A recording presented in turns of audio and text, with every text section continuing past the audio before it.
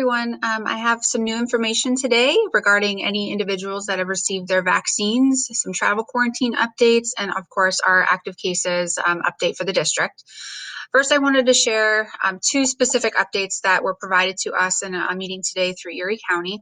One being that Erie County has adopted some new CDC guidance for anyone who has been fully vaccinated for COVID-19. So anyone who is exposed to anyone suspected or confirmed with COVID-19 will not be required to quarantine if they can meet the following criteria. There's three things that need to be met in order to not be required to quarantine. The first one is your 2 weeks. You're 14 days or 2 weeks out from your second dose of your vaccine. Whether it's your Pfizer or it's Moderna, same thing, 2 weeks out. If you're within 90 days of your second dose of your vaccine. Again, there's no evidence to really support going further from that with it being such a new vaccine. So 90 days from your second dose of your vaccine. And of course, you haven't developed any symptoms after that exposure. So those three things must be met in order to not be required to quarantine.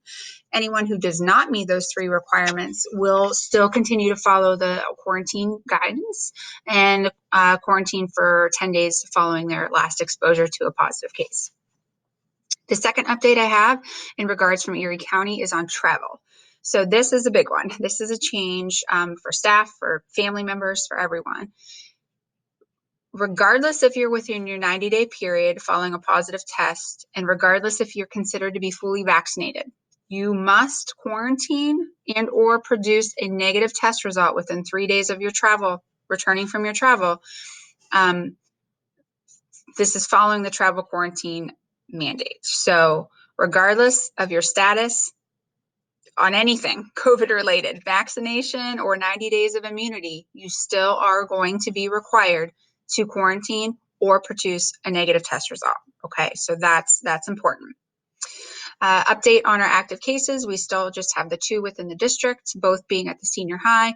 One completes their isolation period tomorrow, and the other case completes their isolation period on Monday, which will take us down to 0 cases.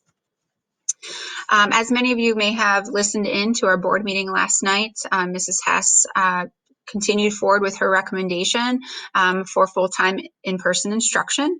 And we've sent some communication out regarding that within the last month.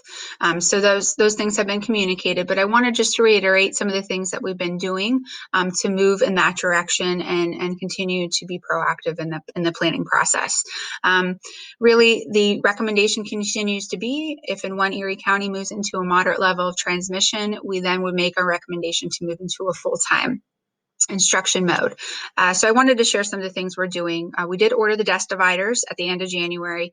And that would be one of the mitigation efforts we put into place, especially for those classrooms that aren't able to continue meeting that 6 feet social distancing.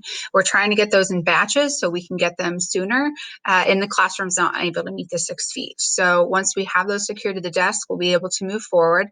Our building principals have done a phenomenal job working with the staff and just kind of brainstorming and working with our facilities, our administration team, just getting in the classrooms and seeing what those rooms will look like and what the safest way to do that is, as well as maximizing our space. You know, what can we do and how can we make it look a little different, but still make it look like a classroom?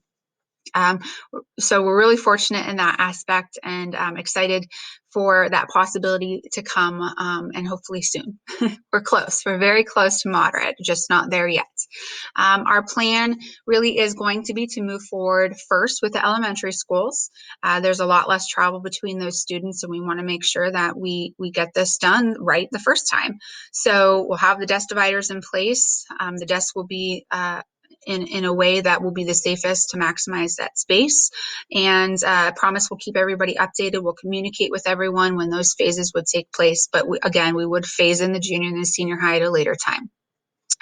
That's really all the information I have today. I do have some more things that I want to communicate with parents, and that will probably come early next week in addition to my Friday wrap-up. So please look forward to that communication coming out. But that's all I have. I hope you all have a wonderful weekend. Take care. See you next week.